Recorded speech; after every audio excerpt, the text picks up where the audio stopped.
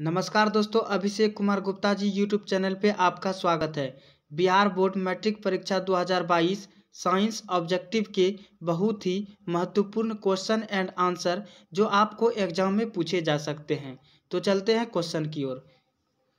पहला क्वेश्चन है, परावर्तक सतह की सूक्ष्मदर्शीय संरचना यदि समरूप न हो तो कैसा परावर्तन होगा।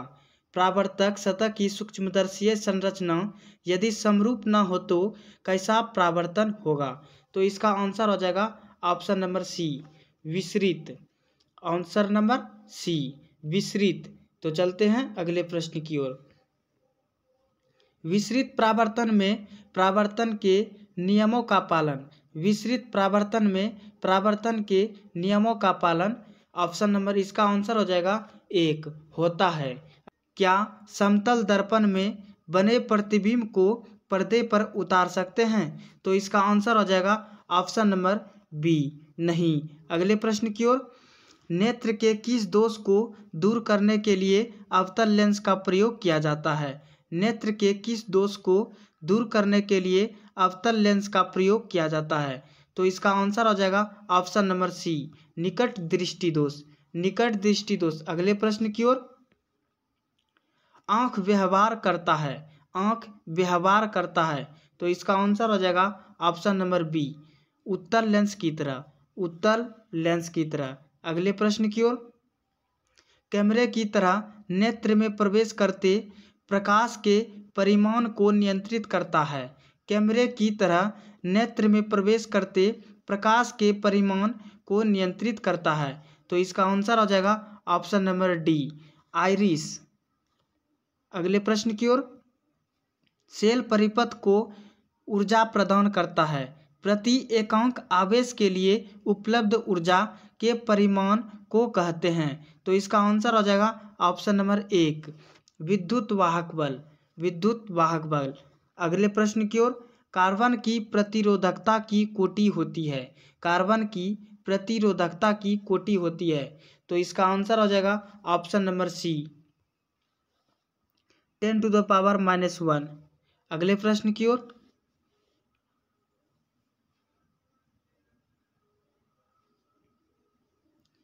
टू ओम तथा 3 ओम के प्रतिरोध के संयोजन से प्राप्त हो सकने वाले प्रतिरोध होंगे। 2 ओम तथा 3 ओम के प्रतिरोध के संयोजन से प्राप्त हो सकने वाले प्रतिरोध होंगे। तो इसका आंसर हो जाएगा ऑप्शन नंबर बी, 5 तथा 6/5 एम। अगले प्रश्न की ओर।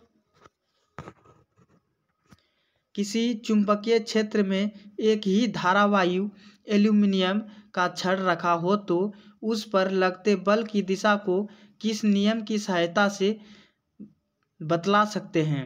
तो इसका आंसर हो जाएगा ऑप्शन नंबर एक, मैक्सवेल के दक्षिण हस्त नियम। मैक्सवेल के दक्षिण हस्त नियम। अगले प्रश्न की ओर। विद्युत मोटर की शक्ति को बढ़ाने का सरल उपाय क्या है। विद्युत मोटर की शक्ति को बढ़ाने का सरल उपाय क्या है। तो इसका आंसर हो जाएगा ऑप्शन नंबर डी। इसका आंसर हो जाएगा ऑप्शन नंबर डी, तीनों उपाय एक साथ करना। तीनों उपाय एक साथ करना। तो चलते हैं अगले प्रश्न की ओर। विद्युत चुंबकीय प्रेरण में उत्पन्न धारा की दिशा किस नियम में बतलाई जा सकती है। विद्युत चुंबकीय प्रेरण में उत्पन्न धारा की दिशा किस नियम से बतलाई जा सकती है। तो इसका आंसर हो जाएगा ऑप्शन नंबर सी, फ्लेमिंग के दक्षिण हस्त नियम। अगले प्रश्न की ओर। ताप शक्ति विद्युत संयंत्र में आर्मेचर को घूर्णित करने का काम कौन करता है। ताप शक्ति विद्युत संयंत्र में आर्मेचर को घूर्णित करने का काम कौन करता है। तो इसका आंसर हो जाएगा ऑप्शन नंबर सी, ए तथा बी दोनों। ए तथा बी दोनों। अगले प्रश्न की ओर। प्रतिक्रिया H2+Cl2 क्रॉस 2HCl है। तो इसका आंसर है ऑप्शन नंबर एक, संयोजन प्रतिक्रिया। संयोजन प्रतिक्रिया। अगले प्रश्न की ओर। फेरस सल्फेट के घोल से लोहा को कौन धातु विस्थापित करेगा। फेरस सल्फेट के घोल से लोहा को कौन धातु विस्थापित करेगा? तो इसका आंसर हो जाएगा option number C. Option number C, जडन, जिंक। अगले प्रश्न की ओर, कैल्शियम कार्बोनेट को कहते हैं, कैल्शियम कार्बोनेट को कहते हैं। तो इसका आंसर हो जाएगा ऑप्शन नंबर डी, इनमें से सभी। इनमें से सभी इसे कहते हैं चौक, चूना पत्थर, संगमरमर, तीनों। अगले प्रश्न की ओर, अपच का उपचार करने के लिए निम्न में से किस औषधि का उपयोग होता है? अपच का उपचार करने के लिए निम्न में से किस औषधि का उपयोग होता है? तो इसका आंसर हो जाएगा option number B, antacid, antacid. अगले प्रश्न की ओर, निम्नलिखित में कौन क्षारक है? निम्नलिखित में कौन क्षारक है? तो इसका आंसर हो जाएगा ऑप्शन नंबर एक, ZnO, ZnO। अगले प्रश्न की ओर, यदि आपके परिवार का कोई सदस्य अत्यधिक भोजन करने के कारण अम्लता से पीड़ित है तो आप कौन सा उपचार सुझाएंगे? यदि आपके परिवार का कोई सदस्य अत्यधिक भोजन करने के लिए अम्लता से पीड़ित है तो आप कौन सा उपचार सुझाएंगे? तो इसका आंसर हो जाएगा ऑप्शन नंबर सी, बेकिंग सोडे का विलयन, बेकिंग सोडे का विलयन। अगले प्रश्न की ओर, उच्च वसीय अम्लों के सोडियम लवण कहलाते हैं, उच्च वसीय अम्लों के सोडियम लवण कहलाते हैं। तो इसका आंसर हो जाएगा ऑप्शन नंबर एक, अपमार्जक। अगले प्रश्न की ओर, हेमेटाइट किस धातु का अयस्क है? हेमेटाइट किस धातु का अयस्क है? तो इसका आंसर हो जाएगा ऑप्शन नंबर डी, लोहा, Fe। अगले प्रश्न की ओर, धातुओं को जोड़ने में प्रयुक्त गैस, धातुओं को जोड़ने में प्रयुक्त गैस। तो इसका आंसर हो जाएगा ऑप्शन नंबर सी, एथाइन। अगले प्रश्न की ओर, उपधातु है, उपधातु है, तो इसका आंसर हो जाएगा ऑप्शन नंबर डी, Ge। अगले प्रश्न की ओर, ओलेइक स्टीएरिक पामाटीम अम्ल है, ओलेइक स्टीएरिक पामीटीम अम्ल है। तो इसका आंसर है ऑप्शन नंबर सी, वसीय अम्ल, वसीय अम्ल। अगले प्रश्न की ओर, निम्नलिखित में मीथेन किसका उदाहरण है? निम्नलिखित में मीथेन किसका उदाहरण है? तो इसका आंसर हो जाएगा ऑप्शन नंबर एक, इसका आंसर हो जाएगा ऑप्शन नंबर एक, संतृप्त हाइड्रोकार्बन, संतृप्त हाइड्रोकार्बन।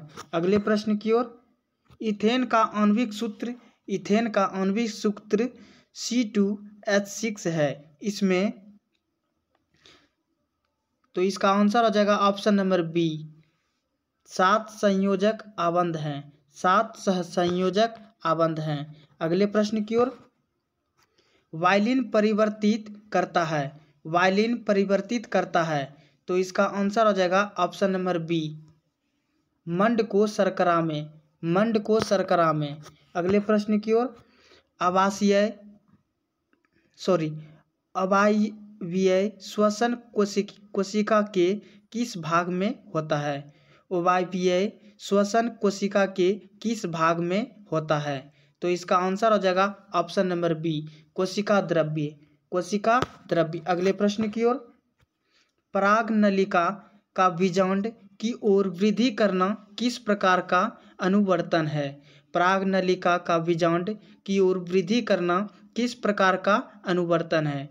तो इसका आंसर हो जाएगा ऑप्शन नंबर डी, रसायन अनुवर्तन, रसायन अनुवर्तन। अगले प्रश्न की ओर, अंकुरित हुए बीजों की वृद्धि के अग्रभाग पर उत्पन्न होता है, अंकुरित हुए बीजों की वृद्धि के अग्रभाग पर उत्पन्न होता है। तो इसका आंसर हो जाएगा option number B, oxygens, oxygens. अगले प्रश्न की ओर, फूल में पौधे के नर भाग का क्या नाम है? फूल में पौधे के नर भाग का क्या नाम है? तो इसका आंसर हो जाएगा ऑप्शन नंबर सी, पुंकेसर, पुंकेसर। अगले प्रश्न की ओर, विकासीय दृष्टि से हमारी समानता किससे अधिक है? विकासीय दृष्टि से हमारी समानता किससे अधिक है? तो इसका आंसर हो जाएगा ऑप्शन नंबर एक, चीन के विद्यार्थी, चीन के विद्यार्थी। अगले प्रश्न की ओर, उभयलिंग जंतु कौन नहीं है? उभयलिंग जंतु कौन नहीं है? तो इसका आंसर हो जाएगा ऑप्शन नंबर डी, मछली। अगले प्रश्न की ओर, पुष्प के केंद्र में अवस्थित मादा जननांग कौन है? पुष्प के केंद्र में अवस्थित मादा जननांग कौन है? तो इसका आंसर हो जाएगा ऑप्शन नंबर एक, स्त्री केसर, स्त्री केसर। अगले प्रश्न की ओर, निम्नलिखित में कौन एक आहार श्रृंखला बनाते हैं? निम्नलिखित में कौन एक आहार श्रृंखला बनाते हैं? तो इसका आंसर हो जाएगा ऑप्शन नंबर सी, घास, बकरी तथा मनुष्य, घास, बकरी तथा मनुष्य। अगले प्रश्न की ओर, क्योटो प्रोटोकॉल किस गैस के उत्सर्जन के स्तर में कमी लाने के लक्ष्य से बनाया गया था? क्योटो प्रोटोकॉल किस गैस के उत्सर्जन के स्तर में कमी लाने के लक्ष्य से बनाया गया था? तो इसका आंसर हो जाएगा option number B, carbon dioxide, carbon dioxide. अगले प्रश्न की ओर, यकृत से निम्न में कौन सा रस निकलता है? यकृत से निम्न में कौन सा रस निकलता है? तो इसका आंसर हो जाएगा ऑप्शन नंबर सी, पित्तरस, पित्तरस। अगले प्रश्न की ओर, श्वसन की क्रिया में खाद्य पदार्थ का क्या होता है? श्वसन की क्रिया में खाद्य पदार्थ का क्या होता है? तो इसका आंसर हो जाएगा ऑप्शन नंबर सी, विघटन। अगले प्रश्न की ओर, अनुमस्तिष्क किस लिए उत्तरदायी है? अनुमस्तिष्क किस लिए उत्तरदायी है? तो इसका आंसर हो जाएगा ऑप्शन नंबर एक, संतुलन के लिए, संतुलन के लिए। अगले प्रश्न की ओर, समजात अंगों के उदाहरण है, समजात अंगों के उदाहरण है। तो इसका आंसर हो जाएगा ऑप्शन नंबर डी, इनमें से सभी। अगर दोस्तों आपको अच्छा लगा तो चैनल को सब्सक्राइब करें और बेल आइकन को दबाना ना भूलें। धन्यवाद।